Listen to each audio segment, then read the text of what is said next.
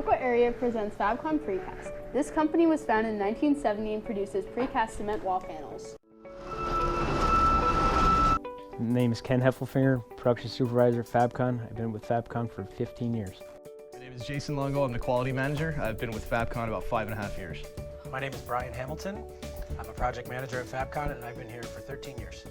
As quality manager, I'm responsible for the group that makes sure our product is in specifications with all the guidelines that we have as far as dimensional tolerances, as far as how long it is, how wide it is, if the concrete's in proper specifications so the buildings are strong enough, inspecting our materials to make sure everything's adequate, and ultimately making sure we create a quality product for the customer.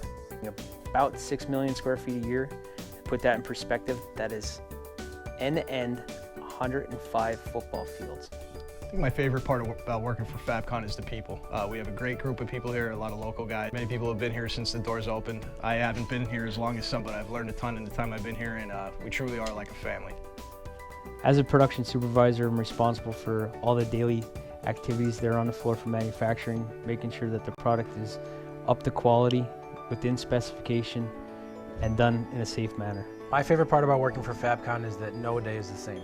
Although we manufacture many similar types of panels, every day is a little bit different, so there's always new challenges to face. Tie in, make sure all of our window openings and blockout openings are in. We will turn around and start casting. Our casting operation usually runs during day shift hours, at which time they're pouring whatever kind of concrete the customer requires. Could be anything from a yellowish finish to the darkest black you could think of. Typical is a gray. We end up trying to do different finishes with it. It could be anything from a block to a brick pattern, whatever the customer requires at the time. If I was looking to get into manufacturing, after you finish high school, I would say to stay in school. Whether that's college education or a trade school, keep learning, keep going to school until you can get that job that you're looking for. The only advice I would give to anybody coming out of school is no matter what career path you choose, put your heart into it. We've had gentlemen that started on the floor that worked all their way up to CEO of a company. Whatever it is you do, put your heart into it.